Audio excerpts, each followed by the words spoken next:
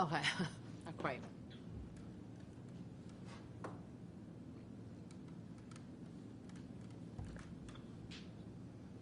Okay. All right, good? All right. Good morning, everyone. Thank you for joining us today. I'm here with Dr. Bruce Goldberg of my medical advisory panel and Dr. Dana Harganani, the Chief Medical Officer at the Oregon Health Authority. Until today, during my previous press conferences, I have announced a number of difficult decisions to respond to the coronavirus. On March 23rd, exactly 1 month ago, I halted all elective and non-urgent healthcare procedures that required personal protective equipment. I was gravely concerned at the time about a state and national supply shortage of this essential equipment. Today, I'm pleased to share with you a step forward for the health of Oregonians and some good news. Thanks to each and every one of us who are doing our part to follow early and aggressive social distancing measures I put in place, Oregon is in a position where I can lift the executive order delaying non-urgent procedures for our hospitals, clinics, surgery centers, and dental offices. The order will be lifted as of May 1st. Healthcare providers must demonstrate that they meet the criteria for COVID-19 and preparedness. Once they do, they are eligible to restart non-urgent procedures. Many Oregonians have been hoping for this news because to think about scheduling that much-needed dental work or medical treatment that you've been waiting for. I personally can say that I am very excited to schedule a dental cleaning appointment very, very soon. But I have also heard from many Oregonians who have felt the physical and emotional pain of putting their health care on hold, from a delayed knee surgery to a fertility treatment. I'm really grateful to allow these important procedures to resume. I know that halting these types of procedures has been an added strain to Oregon's rural hospitals and healthcare providers during this crisis. This order allows them to get back to providing much-needed care for Oregonians across the state. Today's good news is a signal that Oregon is on the right path in fighting this virus. It's just a small step, and one that, like many others, we need to take with caution. As hospitals, clinics, and dental offices begin non-urgent procedures back online, bring them back online, we have to remain vigilant in how we're going to do it. I think as many of you know, I grew up in Minnesota, and in the winter, our ponds and lakes would freeze over.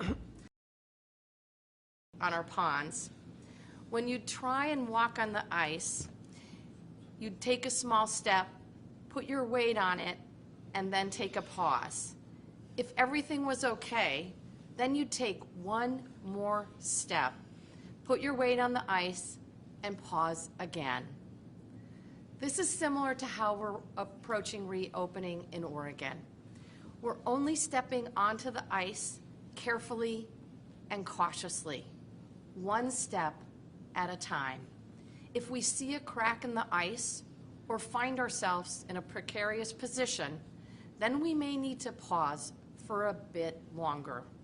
Sometimes we may even need to take steps back toward more solid ground. By lifting this order, we're giving our hospitals, our clinics, and medical offices the green light to move forward with non-urgent procedures. But let me be very, very clear. We still need to proceed with this step very carefully. We will continue to monitor how this will affect our hospital systems and our healthcare workers in line with how the virus is moving through our state. Lifting this executive order will also have a real impact on many of our hospitals and clinics, especially in rural Oregon, where these procedures play an important role in the financial stability of our healthcare system and our workforce. It will also have a real impact on the quality of life for many Oregonians who have patiently waited to schedule these important procedures. Thank you again. To each and every one of you, every Oregonian who has followed the Stay Home to Save Lives order, thank you to every single dental and veterinary office that donated your PPE to our hospitals at the outset of this crisis. We were able to lift this executive order because of our collective efforts to protect each other, and I'm very grateful for that. With that, I'm going to kick it over to Dr. Dana Harganani to share additional details of the guidance. Thank you. Thank you, Governor. We have been watching our case counts and COVID-19 hospitalizations closely. And as our modeling indicates, it appears that our aggressive physical distancing measures combined with increased hand hygiene have dramatically reduced the burden of COVID-19 in Oregon. COVID-19 hospitalizations have been flat or slightly declining overall, and we expect that adult acute care and intensive care unit beds across hospital will remain at the capacity we need them to be in the foreseeable future. One of the aggressive measures taken in the last 6 weeks, as we just heard, to cancel all elective and non-urgent procedures was appropriate to ensure we had enough hospital capacity and personal protective equipment in preparation for a potential surge of COVID-19 cases. But prolonged cancellations of those procedures also come at a cost to Oregonians. While not emergent, these cancellations included procedures that are necessary and if further delayed, could impact Oregonians' health. These include procedures that may improve pain, such as a hip replacement, reduce the burden of symptoms like a sinus surgery, or relieve the fear of potential cancer, such as possible with biopsy. These kinds of deferred procedures add to the suffering COVID-19 has imposed on Oregonians, while indirect, the toll has been real. We also recognize that cancellation of elective procedures has undercut the financial stability of the healthcare system we depend on as our frontline defense against the virus. It is now appropriate that we begin to let these procedures move forward, but slowly, safely, and with caution. As we begin to resume non-emergent and elective procedures in Oregon, we must keep the following priorities at the forefront. First, to minimize transmission of the virus to patients, healthcare workers, and others, to avoid further delays in needed healthcare for Oregonians, to maintain adequate hospital bed capacity in case of an increase in COVID-19 cases, to minimize transfers to skilled nursing facilities and other long-term care facilities due to the vulnerability of these congregate care settings, and finally, to reduce the financial impacts to Oregon's health system. In order to proceed, we are requiring hospitals, ambulatory surgery centers, and office settings to have adequate PPE supplies on hand so that they can sustain recommended PPE use for its healthcare workforce. In addition, healthcare facilities must start slowly. For hospitals and ambulatory surgical centers, they must be sure to maintain hospital bed capacity at or above 20% in order to accommodate the potential for increased COVID hospitalizations ahead. In addition, they must start at a maximum of 50% pre-COVID procedure volume, reassess biweekly, and maintain PPE supplies and capacity before expanding. For medical and dental offices, procedure volume must be minimized to ensure social distancing and PPE supplies can be maintained. In all cases, we ask that these facilities review and prioritize procedures based on the indication and urgency as we ramp up slowly, and to consider postponement of procedures that are expected to require critical resources. And finally, all facilities must maintain a plan to reduce or stop non-emergent and elective procedures should a surge or resurgence of COVID-19 cases occur in their region, and the state will continue to monitor and adapt these criteria as needed. The sacrifices Oregonians have made by following Governor Brown's executive orders have made a difference. By staying home, Oregonians have saved lives. This is one small step towards reopening in our state, and it's only possible because of all of the work we've done together to contain COVID-19. The framework we are putting into place is a balanced and safe way to get our healthcare workforce back to work and address the important healthcare needs while being prepared to slow down as needed. Thank you. Dr. Goldberg. Just a couple quick comments about the medical advisory panel and the process. I think that Governor Brown and Dr. Harganani have really outlined things really well. The COVID crisis has really, highlighted, I think, for many of us, the importance of our healthcare workforce and our healthcare infrastructure in the state, and particularly our rural hospitals, where oftentimes rural hospitals are the only healthcare for many, many miles in harsh conditions. And so the group that was advising the governor and the Oregon Health Authority really, I think, took an approach to balance a couple of really important things. I think number one, the ability for our state to continue to safely meet patients' needs. And then secondly, the other key factor was, how do we keep our vital healthcare system up and running, our rural hospitals in particular, so that they're there when we need them. And, the group included hospital chief medical officers, epidemiologists, public health experts, nurses, and individuals that came from across Oregon, rural communities, urban communities. And I think we're able to provide the appropriate kind of input to get this started, and an ability and a commitment to continue to monitor this so that we can make adjustments as we go along. We're in, people have talked about, I think, a whole lot the unprecedented nature of our circumstances, and indeed that's the case. So these guidelines really are a start at opening up our hospitals, making things more available to patients, and we'll continue to monitor and provide the kind of advice so that people can have some security in knowing that this is being done in a way that'll maintain safety. Questions? All right, Charles. we're going to open things up for questions. If you're on the phone line, please press 0 to speak to the operator and get into the question queue. We're going to start out with Tess Risky from Atlanta. Go ahead, Tess. Charles, would you repeat the question when she's done, please? Thank you. They won't be able to hear me, though, so... Okay. Go ahead, Tess. Hey, this is Tess. Can you hear me okay? Yes. Okay, here. Well, I've spoken to a few healthcare workers who said that they feel this announcement has come a bit too soon. So my question is, what evidence do you have that frontline workers have adequate PPE to resume elective procedures on May 1st? Tess, this is Governor Brown, and I'll just talk generally about our Oregon supply of PPE. Due to the tremendous generosity of our doctors' offices and veterinarian clinics across the state, we have been able to collect an amount. Oregonians working on the front lines have also done a really good job conserving PPE. The good news is that Oregon is scheduled to receive the Battelle machine that allows for safe and environmental cleaning of masks.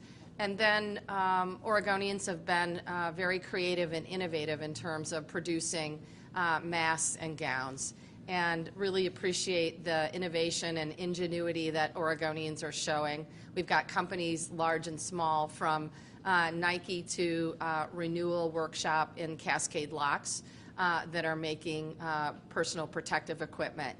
And then the procurement team at our Department of Administrative Services has done a phenomenal job procuring masks and gowns, and looking forward to some extremely large shipments in the next few days. But I'm happy to turn the rest of the question over to Dr. Harganani or Dr. Goldberg. Dr. Harganani, take it away. Yes, I mean, I think pointing out, as you already did, Governor, the importance of the volunteer surplus that has been given to the state, as well as, I think, really the increase in receiving PPE from various sources has been critical. I would also say I would agree completely that PPE is an important part of the guardrails for opening up these procedures, and that's why some criteria have been explicitly placed in this framework for moving forward with elective procedures, specifically ensuring that adequate PPE is in place to ensure the safety of our healthcare workforce and patients. Great. Thank you. And just a reminder again, folks on the phone, please press 0 to enter the question queue. Next, we have Lisa Bailiff from Point. Yes, good morning. Two questions. First, what about veterinarians? Are they under this, or if not, when will they be allowed to go back to practicing? That's my first question. Lisa, I'll go ahead and take that. I know that those of you with cats, dogs, and other animals really want to get in to see your veterinarians. I'm not sure your animals are excited as you are about getting into those offices, but that's something we'll be working on. That was a separate executive order, and we'll have a different timeline. Again, I want to say thank you to our veterinarian offices across the state that donated their personal protective equipment so that we could ensure that we had an adequate supply during the COVID-19 crisis. And we'll look forward to getting you open very, very soon. I don't know if you have anything to add on that. Just agree, we're working on building off of the frameworks we've already created and expect to have that online in the very near future. Your second question, Lisa. Thanks, Governor. Governor, so far the State Health Authority is saying that there is a 5% positive test case rate in the state, and that's been pretty consistent out of those who have been tested. But a lot of people wonder, when only about 40,000 out of a 4 million person population has been tested, how valid is that number? In other words, how safe are we? And also, when can somebody who wants to be tested, who doesn't have any obvious symptoms but could be positive, be able to just be tested? Lisa, I'll let the physicians at the table answer your question about testing. Who wants to take it first? Go ahead, Dr. Harganani. Yes, in response to the question, it is true that we've maintained percent positive amongst our testing cases at about 5%, although that has actually been declining. And I think for us that indicates that we, with our guidance, have really been targeting the people who are most at risk of having COVID through our guidance and through the healthcare provider discretion in terms of those testing. We know that expanding testing capacity is critically important as we continue moving forward with reopening Oregon. We see further testing capacity coming on board. We just completed a survey with our labs across the state. We now looks like we have up to 3,000 tests possible per day based on, of course, ongoing challenges and focus on our supply chain. So we anticipate to be able to expand that. We have updated our guidance at OHA to expand those both with symptoms that we provide guidance on for testing, as testing capacity moves forward, further testing for asymptomatic patients. And we continue to monitor when that capacity will be possible. Yeah, much as you're seeing today with the loosening of restrictions on hospital elective procedures, as the state gets more and more testing capacity, there'll be changes in the ability of people to be tested. And this is something that the Oregon Health Authority is certainly working on every day and getting a lot of input from this medical advisory panel about how to sort of move forward in a way that's safe and effective for the state as well, as the state gets more and more testing capacity. And Lisa, one of the components in terms of testing as we take baby steps toward reopening is the fact that we need to have a robust public health system in place that can continue to do surveillance testing amongst our population. And it's, I would say it's a little different than our flu surveillance network because it'll have to be more rapid acting and more extensive, but essentially it's the same concept. And just another quick reminder to folks to please press 0 to ask a question. Next up we have Camilla Ortiz. Go ahead, Camilla. Hi there, Camilla Ortiz here with Fox 12 Oregon. I kind of have a two-part question. First, can we kind of clarify what sorts of procedures are going to be okay starting May 1st? I mean, does this mean that people can get in and start, seeing their doctor for those routine checkups? Or are we still kind of just prioritizing those more urgent procedures? And then my second question was, how is the state informing businesses and medical offices on what they need to be doing and guidelines they need to be following to stay safe so they can kind of be prepared and make sure everything is in place before May 1st? Thanks, Camille. I'll just say the reason why it was so important to me to begin the process of opening our hospitals, our medical clinics, and our doctors' offices around the state is I think it's critically important that Oregonians in every single corner of the state be able to access necessary medical care and dental care. But it also is critically important that we don't lose the healthcare infrastructure that we have in place. We know that our rural hospitals are essential, and the executive order that I put in place a month ago has been of extreme financial hardship to them and other hospitals across the state. That's why we thought it was really important that we move in this direction as long as we can do so safely. And with that, I'll turn it over to Dr. Harganani. Sure. So just to respond, the procedures that we're talking about today are those that, are being lifted from the executive order, that were really procedures that are elective or non-urgent and that required personal protective equipment. Those type of procedures, I mentioned some examples that can move forward now that this will be lifted on May 1st, are things that are not an emergency but needed to be scheduled ahead, still necessary. So things I mentioned, joint procedures, biopsies, ear procedures, other things like that that require PPE but weren't in an emergency case needed. There are other types of healthcare services that have been maintained that were not restricted by the prior executive order. That includes things like essential, preventative care services like checkups that were mentioned. Our guidance are that those can be continued and have been continued, but needing to give thoughtful consideration for risk of transmission in an office setting, so encouraging people to use telehealth services where they can, maximize social distancing within an office setting. And those precautions should still continue, but those types of services can still be maintained. Camilla, I'll only just add that if there are any silver linings as a result of the COVID-19 crisis, it's the fact that telehealth has become a very essential part of our healthcare system and an essential way for Oregonians across the state medical assistance. I don't know if you want to add anything to that? Dr. Goldberg. I would just echo what the governor said and say it not only has it highlighted that, but it's a really convenient and cost-effective way to get health care. And hopefully it's a change that will continue with us and something we're learning from this crisis. Thanks, Camilla. Next up, we have Nick Budnick from the Portland Tribune. Go ahead, Nick. Hi there. Thanks for the opportunity. Two questions I wanted to ask. How exactly are you going to be monitoring this situation to see if it's being conducted in a safe way? Will there be any criteria or benchmarks that you will be looking at? And secondly, following up on Tessa Landweek's question, will there be any accountability for businesses that are not protecting healthcare workers, that do not provide the PPE that people need? Thank you, Nick, for your question.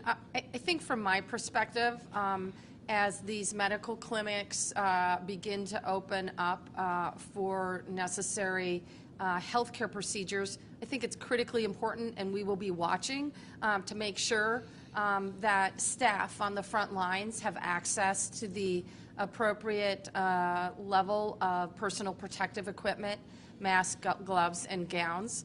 I think the other thing that will be very important is to make sure that in communities across the state that we continue to protect a set-aside capacity in our hospitals in the event of a surge or a breakout of COVID-19 in those particular communities.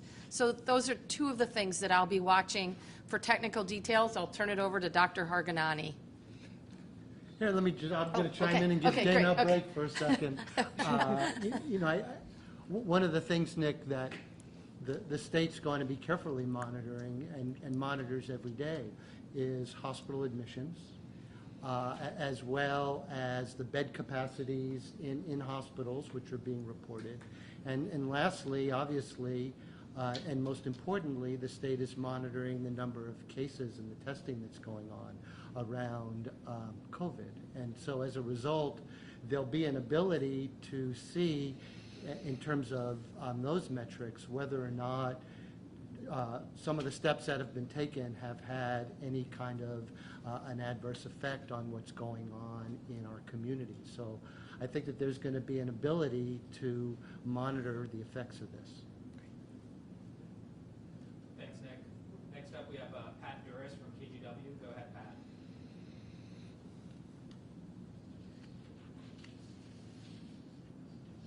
Pat, are you there? Is someone from KGW on the line? Can you hear me now? Yes. Go ahead. Sorry about that. Two-part question. One, frontline workers, if they go into their office and they find they're in a dental office, for example, and believe they don't have the appropriate amount of PPE, is there anyone they can alert other than going to their boss and getting in trouble? And I think that is my main question. Also wondering if this order covers physical therapy centers as well. Thank you. Pat, your question, who should frontline workers contact in the event that they don't feel like there's adequate PPE? They should contact Oregon OSHA. And then your second question, I'm sorry, I forgot, and I didn't write it down. Physical therapy. Physical therapists. Yes. Right. Does this cover places where folks go for physical therapy? Dana Harganani, and the answer is yes. I mean, we kept medical offices as fair. Again, the particular focus on this are procedures that had required PPE, and those may be limited in a physical therapy setting. So again, ongoing precautions around social distancing and infection control should be maintained, both in a physical therapy setting as well as other medical offices. But yes, it would apply as well. Great, thanks, Pat. Next, we have a question again from Camilla. Go ahead, Camilla. Thank you. I just wanted to circle back because I had a second part in that question that I don't think got addressed. And that was, how does the state plan to inform medical offices of the proper safety guidelines so they have plenty of time to make preparations before May 1st? And what does that communication, I guess, look like? Sure. The question was related to how we will notify healthcare workforce about safety guidelines. And actually, we've been doing that for quite a while. Our website at the Oregon Health Authority has a tremendous amount of information around infection control guidance, visitation policies, PPE usage, and it links all to the federal sites, CDC and FDA, and aligns with those types of guidance. So that information, it should be available, and we certainly will respond to any additional needs that come up. And then I would just add, I know that the state has been participating in statewide teleconferences with healthcare providers every week. Over 500-600 people have been attending those, and as well as an ability for OHA to work through the associations and professional societies in the state that have been working with the state and are communicating to their membership as well. And Camilla, the Oregon Medical Association and other medical providers association have had input on this order and the work we're doing, and we'll continue to work collaboratively with them. Great, thank you. Thanks, Camilla. Just a reminder, please press 0 to enter the question queue. If you're having trouble asking your question, please email Nikki Fisher, and she can send us your question in writing. We have one question from Jeff Manning with Lori Varian. It's a 3-part question. Jeff says, some of the largest health clinics in Oregon have laid off 80 to 90% of their staffs and have been shut down for weeks. Rural hospitals are reportedly critically short of cash. Will the return of elective surgeries be enough to save them? What is your position on the hospital's request for the $200 million bailout? And then finally, we're going on 400 healthcare workers contracting the virus. That seems like a really high number given the total number of cases. Does that raise questions in your mind about hospital precautions or the lack thereof? Thank you, Jeff, for those questions. I hope some of my colleagues wrote them down because I didn't. I've actually been watching very closely the percentage of healthcare workers in the state that have tested positive for COVID-19. We, in the last couple of days, moved up to about 18%. That's less than what I'm seeing at the national average. Obviously, we want to keep those numbers down as low as possible, and our ability to procure and produce adequate PPE, personal protective equipment, as well as accessing a Battelle machine to clean that equipment should substantially improve those numbers over time. And I'll let other people pick up the rest of the questions. Just let me chime in on a couple of those points, Jeff.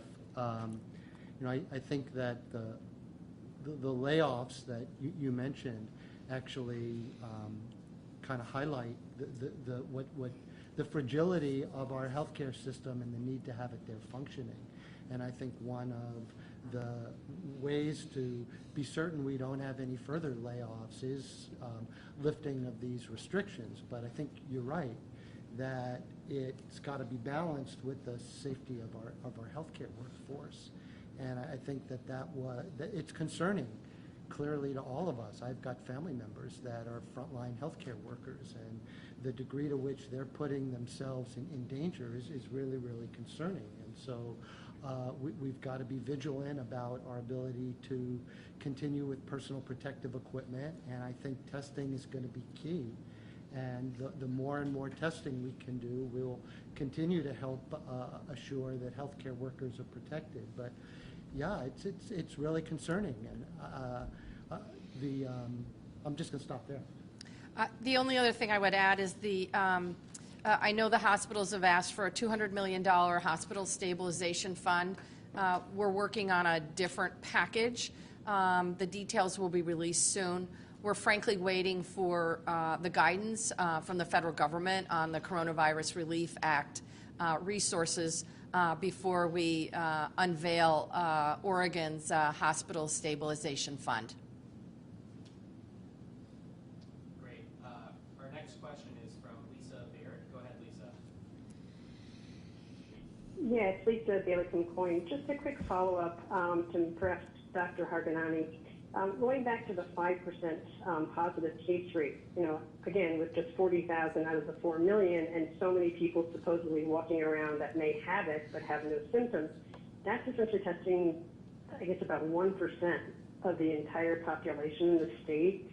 There are a lot of people who are very scared and very concerned that if they go out, even if they go out to a doctor's appointment now, that they could be exposed to this. I mean, doesn't there need to be a much better sampling of the population before the changes are made? Thank you for the question, Lisa. We would certainly agree that further testing capacity is important, and we continue to do everything we can to secure that and see really significant positive movement forward. There's 2 new locations in Oregon who just took on testing in the last week, and we know there will be more to come soon. I think an ongoing, as we already mentioned, the role of testing in ongoing surveillance and monitoring for where our impact is with COVID down the road, and managing cases and case contact tracing and testing is also going to be critical. But I think it's also important to know that even though there are some individuals who have no symptoms with COVID, that those are also unlikely, or certainly less likely to cause transmission of the virus. And so our guidance historically has been really focused on those who are most at risk for COVID, as well as most at risk for transmitting COVID. And we continually increase and expand our guidance and defer to the recommendations of healthcare providers to test where appropriate. Lisa, the only thing I would add is that this has been a challenge for the entire United States of America. I don't know how much you read the national news, but clearly the federal government needs to continue to step up its efforts to provide testing capacity to the states. And obviously we're working as quickly as we sure that we have the right types of testing in the right locations around the state. Great. Thanks, Lisa. Just a reminder again to please press 0 or email Nikki if you have a question.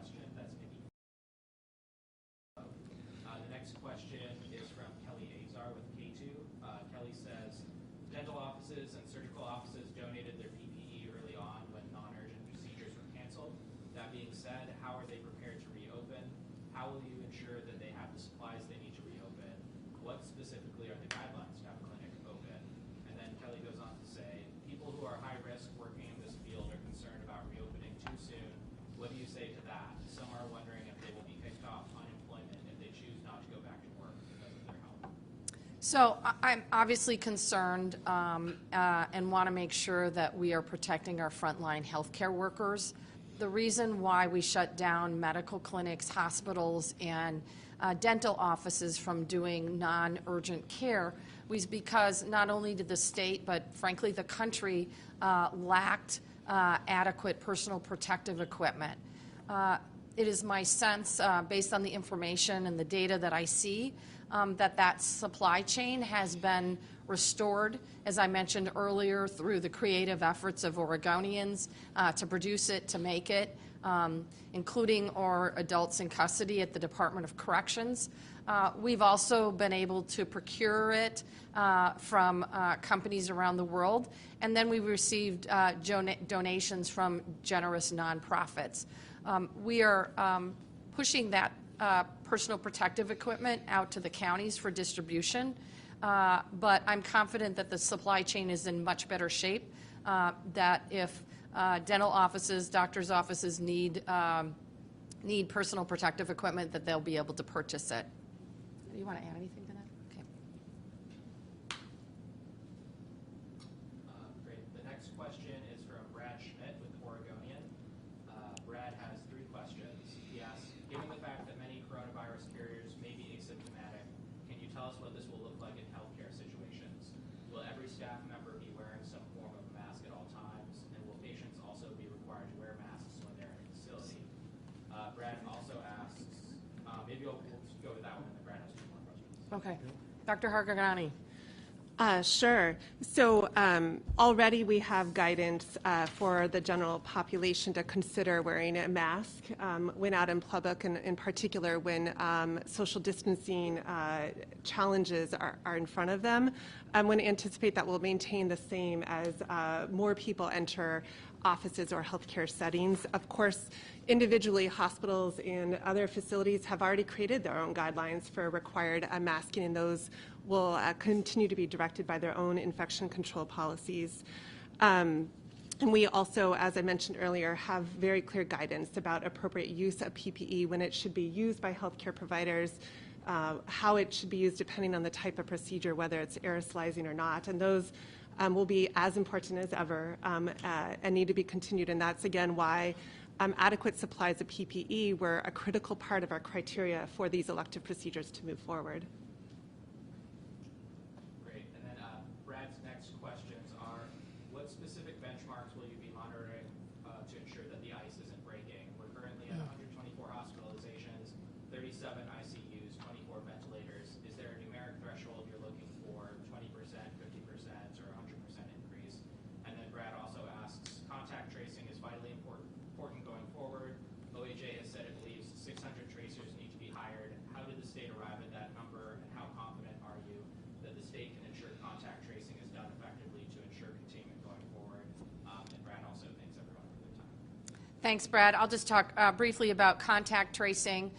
It's very, very clear that we need a much more robust public health strategy around contact tracing, around testing, and around isolating and quarantine. I've asked the Oregon Health Authority to develop that strategy, and we'll be seeing the draft of that plan in the next couple of days.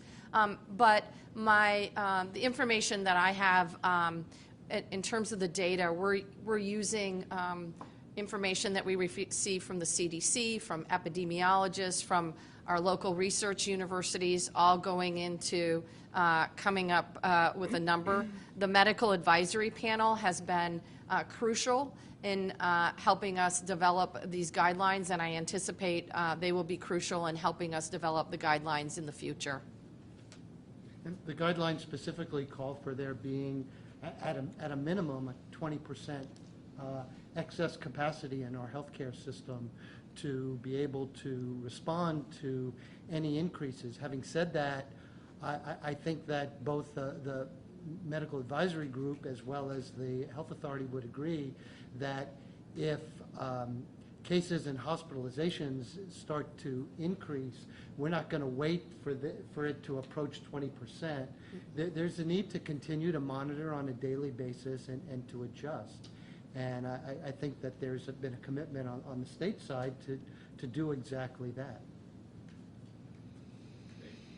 Next we have a live question from Andrew Selsky with the Associated Press. Go ahead, Andrew. Hello, can you hear me? Yes.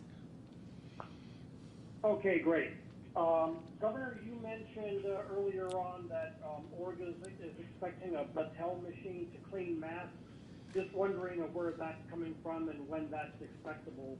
And also you said that Oregon is expecting an extremely large shipment of masks and gowns. Who's providing that, and any details on that? And then just one last question is, when do you think Oregon will reach an adequate level of testing? Is there any hope that could be reached in the near future? Thanks for taking my questions. Thank you, Andrew. And I'm going to have to get back to you in terms of the nitty-gritty details in terms of procurement. I know we're receiving a number of shipments, particularly of N95s, N95 masks in the next week. And I'll have my team get back to you in terms of where those are coming from and what the companies are. I do not know where the Battelle cleaning system is coming from, but I'm really grateful that we are receiving one. I think this builds on Oregon ethic of sustainability and will enable us to reuse masks after cleaning multiple times. And I think it's a really key component to ensuring a sustainability of supply of masks in Oregon. Did you have one more question, Andrew? Yes, it was about when do you expect or hope that Oregon will reach adequate testing, not just capability, but actually, carrying out testing to be able to tamp down any outbreaks if they occur, pockets of outbreaks, and to do the contact tracing. So I want to say thank you to the Oregon Health Authority for working really, really hard to come up with our testing strategies and plan. Still not ready for, I will just say the I's are being dotted and T's are being crossed at this point. In terms of adequate supply, I think it's really about having the right types of tests in the right locations. And I think there are multiple components to that, including obviously being able to test vulnerable populations. Our Latinx community has been especially hard hit by this virus. I know that there have been some recent cases in our Native American community, making sure that we can adequately test our vulnerable populations. That's got to be a priority. Number two, making sure that we can test those that are symptomatic and those that have come in contact with those that are symptomatic. Obviously, our ability to do surveillance. In terms of numbers, I know last week we were talking about moving from, we've been doing roughly 8,000 tests per week. I think that will need to at least double and probably a little bit more than that. I don't know if either of the doctors can help me out with more specifics in terms of numbers, but. I can't help out on numbers. I can just say that testing is critical, and it's pretty clear we don't have enough. We need more. We need to have robust contact tracing, and these are vital pieces to allow us to continue to keep people safe and to start to approach some degree of normalcy. And Andrew, I've had multiple conversations with folks at the federal level about the need to increase Oregon's testing capacity. For example, spoke personally with Dr. Deborah Birx a week ago Tuesday, have spoken with Congressman Walden and Senator Wyden about the need, have spoken with other governors. I know this is a challenge for most states across the country. The reason why I say most is that the hotspot states, I think, have adequate testing supplies. But I know that Governor Como is still struggling about having adequate swabs and adequate reagents. Thanks, Andrew. We've got time for just a couple more questions. We're going to go next to, it says Pat with Willamette Week, but I'm not sure if that name is correct. Is there Pat? Tess from William. Okay. Yeah. Sorry if this question's already been answered, but Governor Newsom in California today made a similar announcement, except for his order does not include cosmetic procedures. I'm wondering, will Oregon allow cosmetic procedures starting May 1st? Go ahead, Dr. Harganani. Yes, I'll just tell you that what we have started this opening by asking our facilities to really start slowly and to intentionally focus on those procedures that have the most urgency and to look at the indications for those. So we are not telling providers exactly what they can or cannot do, but we know that those that are most urgent and necessary are going to be the first on the list as these procedures open up. I think, Tess, this is a great example of taking a step on the frozen pond to make sure that it's actually solid. And I think we're testing to see if it's solid. And if it's not, we're going to take a step backward. And if it is solid, we'll be able to take another step forward. Okay, thank you. Thanks, Tess. Thanks, Tess. We've got one more question. This one comes from Rob Davis with the Oregonian. He says the Supreme Court, he has a question on the Supreme Court ruling on donation limits, wants to give the governor a chance to weigh in, particularly as it relates to whether the governor believes that the ruling now means that the stringent limits of Measure 47 are in effect. Thank you for the question. As someone who's been working to bring reasonable campaign finance limits to Oregon for over 20 years, I was certainly pleased to see the ruling of the Oregon Supreme Court this morning. I think this moves to more of a case-by-case determination in terms of whether limits are reasonable. It is my plan at this point in time, once we're beginning the reopening work, that I will continue our efforts to amend Oregon's Constitution, Article 2, Section 8, to clarify that we do have the ability, either through the legislature or by the people, to enact reasonable campaign finance limits in Oregon. And thanks, everyone. That's all the time we have for questions today. Thank you.